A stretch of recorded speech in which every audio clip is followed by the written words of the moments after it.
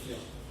திருவள்ளுவர் வந்து உலக பொதுமறைன்னு சொல்கிறோம். இந்த உலகத்துக்கு தேவையான இந்திய மொத்த சொல்ல உலக பொதுமறை, தெய்வ பணுவல், அந்த இலக்கிய வளம் நாங்கள் கொண்டாடுறோம். என்ன இப்போ தொடை வந்து தொடுக்கப்படுது. தொடை எப்படி மாலையை தொடுக்கிறோமோ அது மாதிரியாக தொடுக்கிறோம். அதான் தொடை இருக்கு.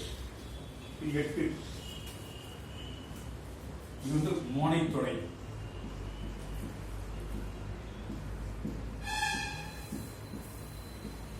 இரண்டாவது எதுகை தொடை.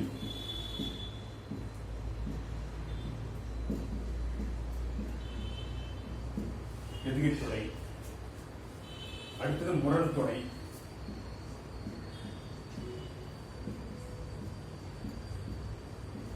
ஏகுத்தொடை 3. ஏகுத்தொடை.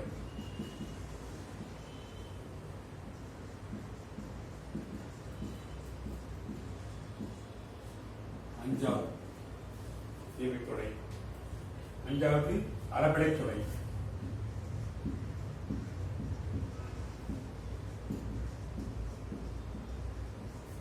அந்தாதித்துறை.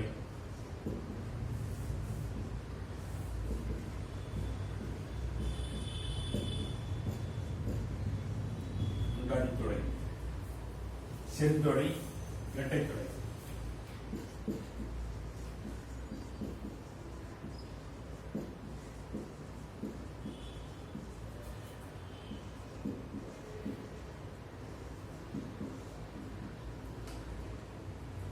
சார் பி மரியாதை இருந்தாரு. நீங்க பி மரியாதை இருந்துட்டீங்க. வேற மாதிரியா இந்த எழுத்துக்களை கூட ஏஜ் ஆகாதோ விஷயம் மாதிரி ஏஜ் ஏன் 58 இயர்ஸில் வெளியே அனுப்புகிறாங்கன்னா என்ன கம்பல்சரி ரிட்டர்ன் முடியாதுறாங்கன்னா எதிர்பார்ப்பு தான் புரியுது. என்னதான் திறமை இருந்தால் கூட அந்த ஏஜுக்கு அவ்வளோதான். இப்போ மோனைத்தொடை, எதுகை தொடை, முரண் தொடை, இயல்பு தொடை,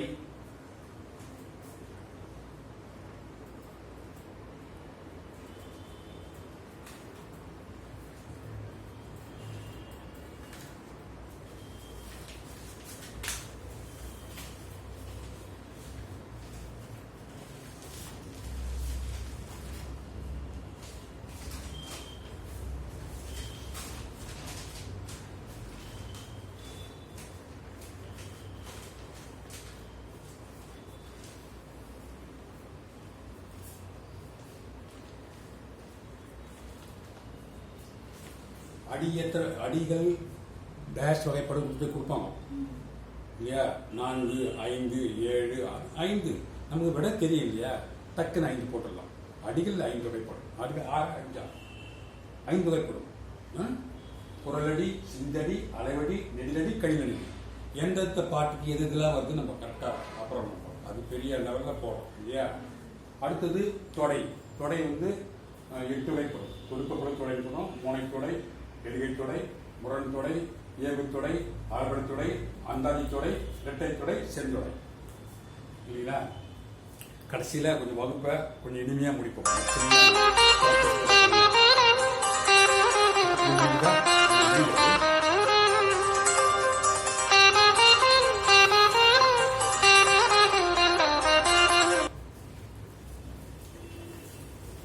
அவர் கால் விடுறா எங்கே வைப்பா முடிஞ்சுட்டா சரிங்க.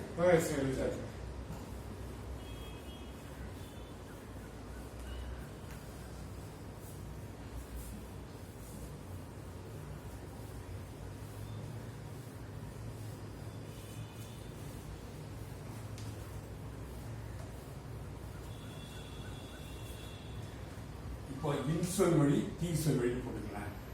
இன்சொல் வழி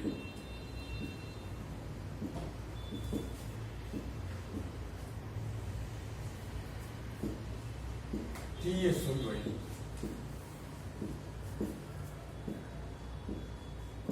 அப்படி டாபிக் பண்ணலாம்.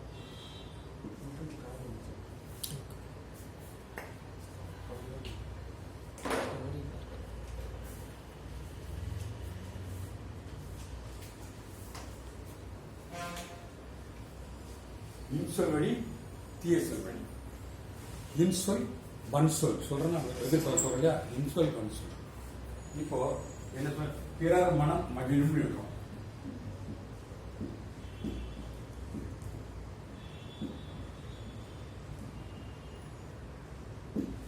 பிறர் மனம் மகிழும் அப்படின்னு சொல்றோம். கொடுத்துட்டு ஒரு ஏறக்குறைய 4 வார்த்தைகள் ஒரே மாதிரி பார்க்கறதுக்கு. இதற்கு என்ன எழுதுனா சரியாக பேசும். பிறர் மனம் வாடும், அதான் கரெக்டான வார்த்தை இல்லையா? அவன் பிறர் மனம் மகிழாதுன்னு சொல்லக்கூடாது இல்லையா? அதாவது இப்போ ரிச் கேர்ள்னு சொல்றோம் இல்லையா? அந்த வாக்கியத்தை நெகட்டிவாக மாற்றணும். ஆனால் மீனிங் சேஞ்ச் ஆகக்கூடாது. சேஞ்ச் நெகட்டிவ் சென்டென்ஸ், ஆனால் மாறக்கூடாது. எப்படி மாற்றி சொல்லுங்க போகிறோம்? அவள் பணக்கார பொண்ணு, she is a rich girl, meaning மாறக்கூடாது. வரலையே மாறிடுச்சே, புவர் கேர்ள் வந்துட்டு ஏழை பொண்ணாயிட்டாலவோ. Correct, she is not a rich girl வந்துச்சுன்னா அது மாதிரியா. இதற்கு ஏற்றது நான் பார்த்தோம் ஒரு கேள்வியில், இதற்கு ஏற்ற மாதிரியே விட வருது. பிறர் மனம் மகிழாது போடாது, பிறர் மனம் வாடும், அதான் கரெக்டான வார்த்தை.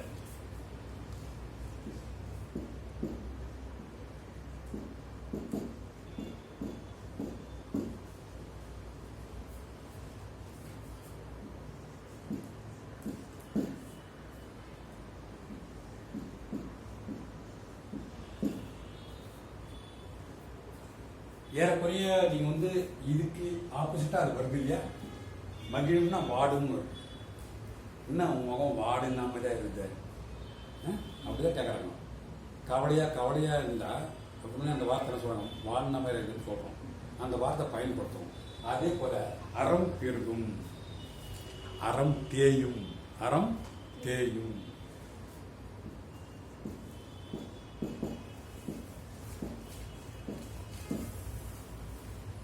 தர்மம் தழைத்தோங்க வேண்டும் என்பதுதான் இது. அதனால்தான் மகாபாரத போர் உண்டாகும் போது, நிறைய செயல்கள் நடக்கும்போது தீயவர்களை ஒழிக்கணும், வஞ்சக நெஞ்சமல்ல ஒழிக்கணும்னு வந்துடுச்சு. அதனால எப்படியாவது போர் போனதான் போதும். பாண்டவர்களுக்கும் மகாபாரதம் தெரியுங்க, இலக்கியம் எடுக்கும்போது நான் சொல்றேன் அழகா, அந்த இலக்கியத்தை பத்தி அழகா சொல்றேன் எல்லாத்தையுமே. பாண்டவர்களுக்கும் கௌரவர்களுக்கும் போர் வரணும் கண்டிப்பா. ஆனா போரை நிறுத்தக்கூடிய சக்தி யாருக்கு உண்டு? கிருஷ்ணருக்கு உண்டு, கிருஷ்ண பகவான் உண்டு. ஆனா அவர் அதை விரும்பல. ஏன்னா தீயவர்கள் ஒடுக்கணும், தீயவர்கள் சாவணும் இல்லையா? நல்லவர்கள் வாழணும், அறம் செழித்தவங்க, நல்லவங்க தெரிகிறது, தர்மம் நினைக்கணும். அதுக்காக வேணும்னு அவர் என்ன பண்றாரு? போரை வரவழைக்கிறார். இதா அப்போ அறம் பெருகணும். அறம் பெருகணும். அறம் என்ன ஆகுது? தேயும், அறம் தேயும். அடுத்தது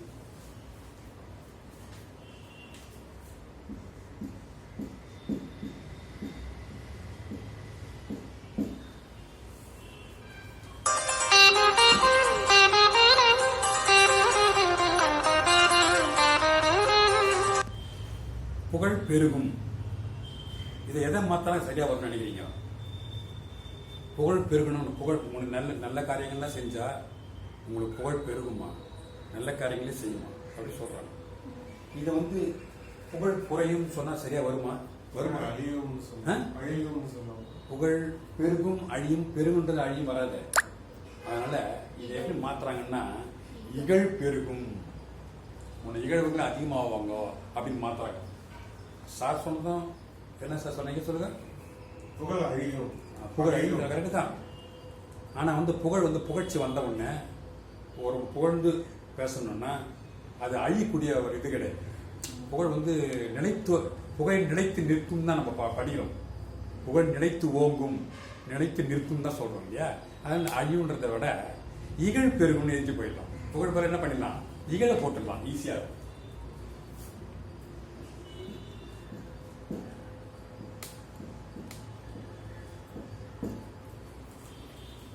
தீய செயல்கள் செஞ்சா உன்னை இகழ்வுகள் அதிகமாகிடுவாங்கப்பா. நீ நல்ல செயல் செஞ்சனா புகழறவங்க அதிகமா இருப்பாங்க அப்படின்னு சொல்ற இல்லையா? அதனால அது போட்ட கரெக்டா இருக்கும்.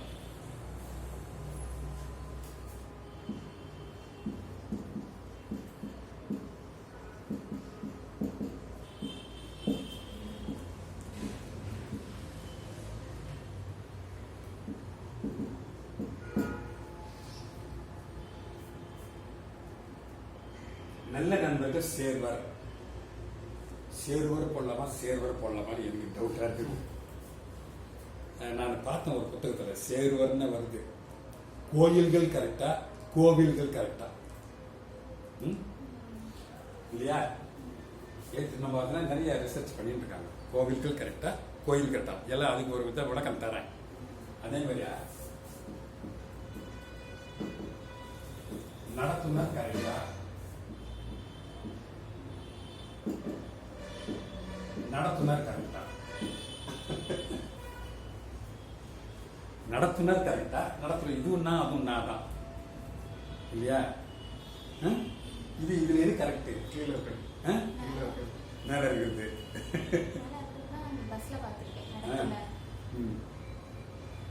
சரி, இது ரெண்டுக்கும் நான் ஒரு இலக்கணத்தோட சொல்றேன்னா சரி. இப்போ நல்ல நண்பர்கள் சேர்வர் இல்லையா? இப்போ வந்து நல்ல நண்பர்கள் விலகுவர் அப்படி போடலாம். தீய நண்பர்கள் அப்படின்னு வராது.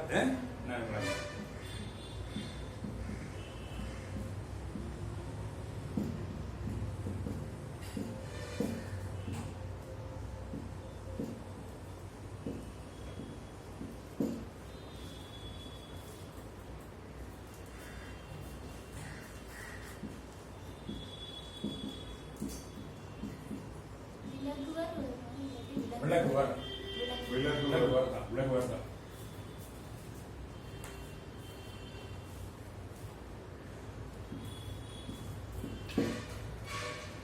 அன்பு நிறையும் அன்பு நிறைந்த வீடு அன்பு நிறையும் அப்படின்னு சொல்றோம். எதை போடலாம் நம்ம சொல்லி பாருங்க.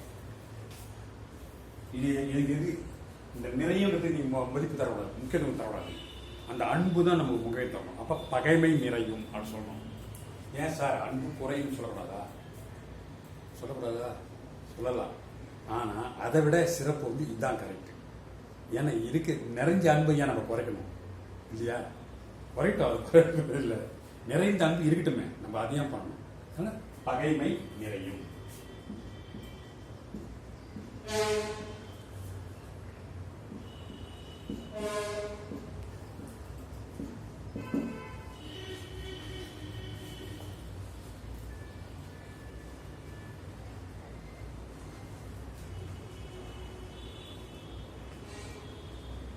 இதுதான் கரெக்ட்.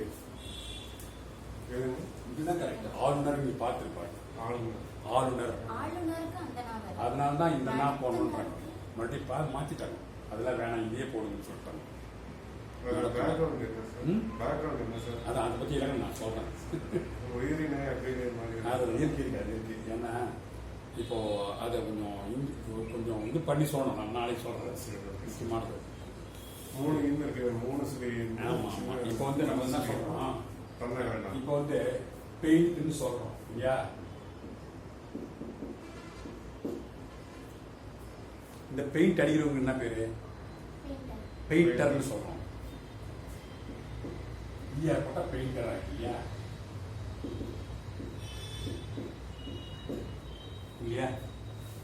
இப்போ கண்டக்டர் வருது இல்லையா?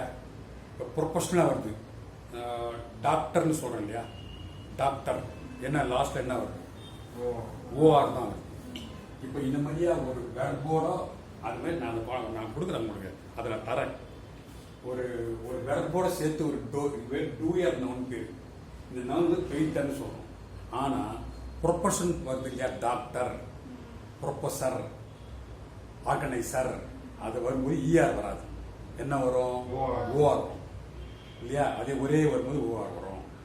அதுபோல இதுல ஏதோ ஒரு இலக்கணம் இருக்குது, நான் படிச்சிருக்கிறேன். அதை நான் நாளைக்கு சொல்றேன். இப்போ இதை பாருங்க. அன்பு நிறையும் பகைமை குறையும். எனக்கு இன்றைக்கு வகுப்பு என்ன சார் சொல்லுது? பகைமை நிறையும் சார். நிறையும் சார். பகைமை நிறையும். ரொம்ப கரெக்டா கவனிக்கிறாரு கிளாஸ். அப்படிதான் இன்றைக்கு வகுப்புல நம்ம என்னென்ன பார்த்து சொல்லுங்க பார்க்கலாம். தொகை நிலைத்தொடர், தொகா நிலைத்தொடர். அதுல சாதாரண ஒன்று இல்லை, டாபிக் இல்லை. அதில் எல்லாம் அன்மொழி தொகை, இருபெயரட்டு பண்பு தொகை, வேற்றுமை தொகை, வினைத்தொகை, அப்புறம் பண்பு தொகை எல்லாம் பார்த்தோம். தொகா நிலைத்தொடர்ல வினையெச்ச தொடர், பெயரெச்ச தொடர், வினையெச்ச தொடர், தொடர்னு வந்துடுற. அப்புறம் இடைத்தொடர், கடைசியில் என்ன தொடர் வந்ததுங்க? வினைமுற்று தொடர், வேற்றுமை தொடர், அல்லது எல்லாத்தையும் பார்த்தோம். அது பிறகு அடியினுடைய 5 வகையான அடிகள் பார்த்தோம். குரலடி, சிந்தடி, அளவடி, நெடிலடி, கடிலடி, கடிநெடிலடி, நம்ம மொத்தத்தையும் பார்த்தோம். அடி வரும்.